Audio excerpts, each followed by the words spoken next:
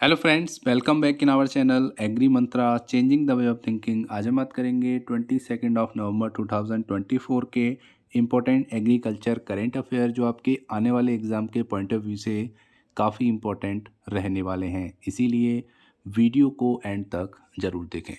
आज के सेशन में सबसे पहले बात करेंगे फर्स्ट करेंट अफेयर।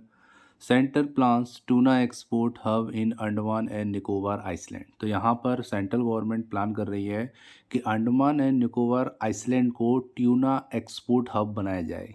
ट्यूना क्या है? एक फिश की प्रजाति है, तो उसको एक्सपोर्ट हब बनाना चाहती है अंडमान एंड निकोबार आइसलैंड को। डिटेल में अगर हम बात करेंगे, as export of tuna fish from India increase by 31.83%। तो जो एक्सपोर्ट है टूना फिश का इंडिया में वो 2023-24 में 31.83% से बढ़ा है, अगर हम पिछले ईयर से कंपेयर करेंगे। इसीलिए centre is exploring new idea to source one of the most commercially valuable fish. तो ये बहुत कमर्शियली वैल्यूएबल फिश है ट्यूना फिश, इसीलिए सेंटर चाहता है कि नए नए आइडिया एक्सप्लोर किए जाएं ताकि जो एक्सपोर्ट है ट्यूना फिश का वो बढ़ सके। According to union fishery department, recent meeting of investor held in the Andaman and Nicobar island. अभी हाल ही में यूनियन फिशी डिपार्टमेंट ने ये बात बताई है कि अभी रिसेंट मीटिंग हुई है इन्वेस्टर्स के साथ in the Andaman Nicobar island में, was a step towards making the union territory a hub of tuna export. और उन्होंने अगला कदम बढ़ा दिया है यूनियन टेरिटरी को, मतलब अंडमान एंड निकोबार आइसलैंड को हब ऑफ ट्यूना एक्सपोर्ट बनाने में। ठीक है, तो कहने का मतलब है कि बहुत जल्द अंडमान एंड निकोबार जो है, जो यूटी है, यूनियन टेरिटरी है, वो हब बन जाएगा ट्यूना एक्सपोर्ट के लिए। आगे बात करेंगे, जो ग्लोबल ट्यूना मार्केट है वो है 41.94 बिलियन यूएस डॉलर। ठीक है, और जो इंडियन ओशियन का सेकंड लार्जेस्ट ट्यूना रीजन हो जाता है, जिसका प्रोडक्शन जो वर्ल्ड की ट्यूना है उसका 21% of world tuna Bharat produce करता है। ठीक है, कहने का मतलब है कि जो इंडियन ओशियन है वो 21.0% वर्ल्ड की ट्यूना जो है वो प्रोड्यूस करते हैं। इसी लिहाज से अंडमान एंड निकोबार आइसलैंड को हब बनाने की कोशिश की जा रही है ताकि वहाँ से एक्सपोर्ट हो सके ट्यूना फिश का। आगे अगर हम बात करेंगे तो जो डिपार्टमेंट का एस्टीमेट है वो टोटल पोटेंशियल यील्ड है वो है 64,500 टन ऑफ ट्यूना एनुअली। ठीक है, आउट ऑफ दिस सेंटर जो एक्सपेक्ट करता है stock of 24,000 ton of yellow fin tuna which is study market across the world annually from the island. और similarly 22,000 of skipjack tuna of 500 ton of Bijay tuna and 18,000 ton of Neritic tuna may also available for export from UT annually। तो हर साल 22,000 tonne spike skipjack tuna जो है और 500 ton जो है वो विजय टूना और 18,000 टन नेरेटिक टूना जो है वो एक्सपोर्ट होती है अंडमान एंड निकोबार आइसलैंड से एनुअली।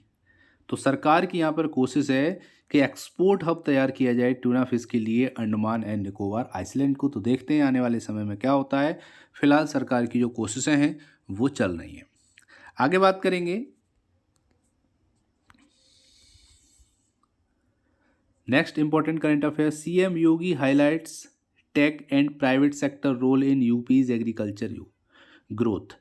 तो सीएम योगी आदित्यनाथ ने यूपी के एग्रीकल्चर ग्रोथ में टेक और प्राइवेट सेक्टर का क्या रोल है, इस पर एक कॉन्फ्रेंस हुई, अभी हाल ही में कॉन्क्लेव हुआ है, उसमें चर्चा की गई।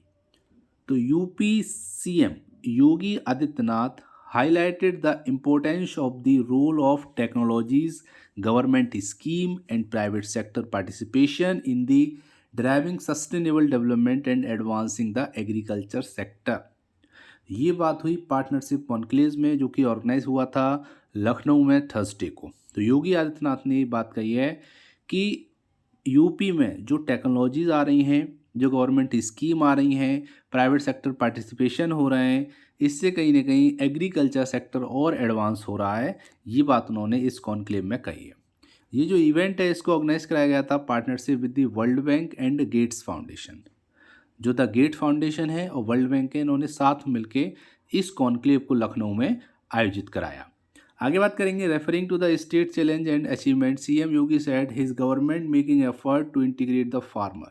तो यहाँ पर सीएम योगी ने बोला है कि स्टेट में कई सारे चैलेंजेस हैं और अचीवमेंट भी हासिल हुए हैं और सरकार का एफर्ट है कि वो इंटीग्रेट कर सके फार्मर्स को और एग्रीकल्चर सेक्टर को नई नई टेक्नोलॉजी से और रिसोर्सेज से। इसी का एक एग्जांपल है कि एग्रीकल्चर फील्ड में अब ड्रोन का काफ़ी यूज़ होने लगा है और आने वाले समय में सरकार जो है इस पर सब्सिडी भी अच्छी दे रही है और देखना होगा कि कितनी जल्दी किसान इसको एक्सेप्ट करते हैं।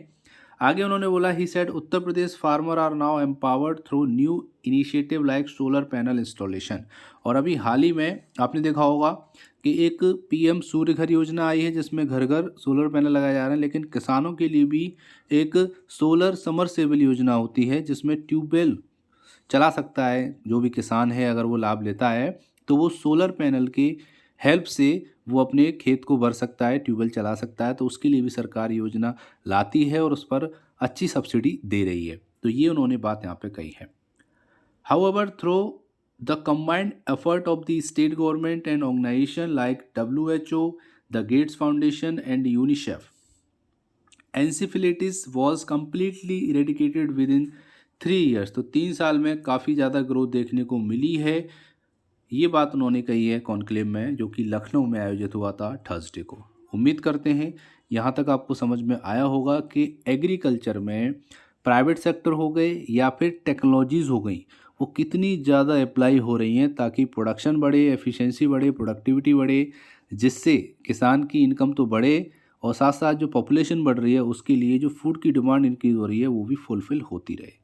तो सभी सरकारों की ये कोशिश जारी है और ख़ासकर यूपी में, क्योंकि यूपी बड़ा स्टेट है इसलिए यूपी को गवर्नमेंट को ज़्यादा ध्यान देना पड़ेगा अपने फार्मर्स के लिए और अपने अपने लोगों के लिए।